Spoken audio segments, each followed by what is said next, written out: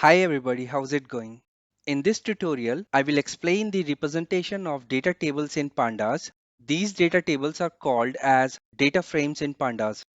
On the screen, we see a typical data table that every one of us might have seen or worked with sometimes in our careers. But if we have the same data table in Pandas, it will have some specific nomenclature which might not be very different than normal spreadsheets such as Microsoft Excel. Let's deep dive into these to build up some understanding so that we feel comfortable working with Pandas data frames. The very first column to the left in the table is what is better known in Pandas data frame as index column. There are many ways we can define this in Pandas while creating a data frame, but if we don't, Pandas will create it as default with each row in the table identified by a number starting from 0 for the first row and incremented by 1 for each of the next rows. These values are known as row index in Pandas. Next are the column labels. Usually in most data tables, there are only one label, but in some cases, there can be more than one label as well. The very first label, as shown on the screen, is what represents the column names in that row.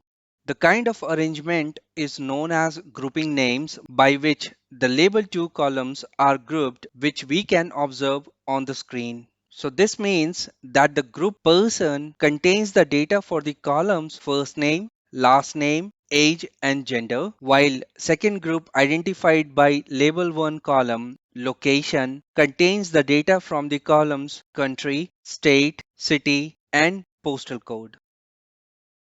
A column is the vertical arrangement of the data where the top row value usually is a column name, which is generally known as variable in data tables.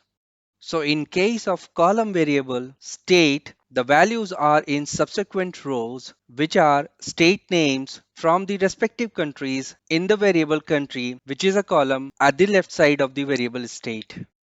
Similarly, we have another column or variable such as gender containing genders of each person and postal code variable containing of the locations where these persons are residing as per the data in the data table.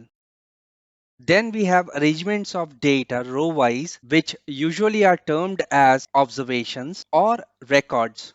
And each value within the row is known as an observation or data point or value. Lastly, did you notice a blank cell in the variable age? Well, this kind of anomaly is known as an empty observation or missing value in the data table. Pandas automatically assign NaN or NaN to all those observations which are either missing or not available in the data. Alright, I hope this tutorial video was helpful to you to get a basic understanding of Pandas data frames. If you liked this video, please hit the like button, and if you think any of your friends could gain some knowledge from it, please do share the video with your friends.